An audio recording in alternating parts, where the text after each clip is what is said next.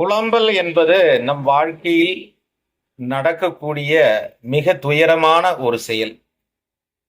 ஏராளமான பேர் தங்கள் பிரச்சனைகளை பிரச்சனைகளாக சொல்லுவதில்லை. ஒரு பிரச்சனை, அந்த பிரச்சனையை பேசி பேசி பேசியே பெரிய பிரச்சனை ஆக்கும் செயல் நடக்கிறது. நடந்துருச்சு, ஓ சபைக்கு வர்றாங்க, சாமி கிட்ட சொல்றாங்க, அதுக்கப்புறம் என்கிட்ட வந்து புலம்புவாங்க.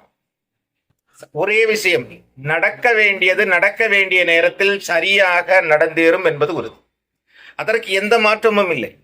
புலம்பியவன் உலகத்தில் எங்கேயும் நன்றாக வாழ்ந்ததாக வரலாறும் இல்லை. அதனால புலம்பல் நிறுத்துங்க. இந்த புலம்பலை நிறுத்துறதுக்காக இறைவனை நம்புங்க.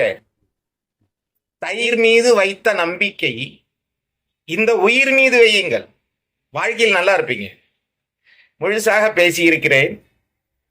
கீழே இருக்கிற லிங்க தொட்டு முழு வீடியோ பாருங்க.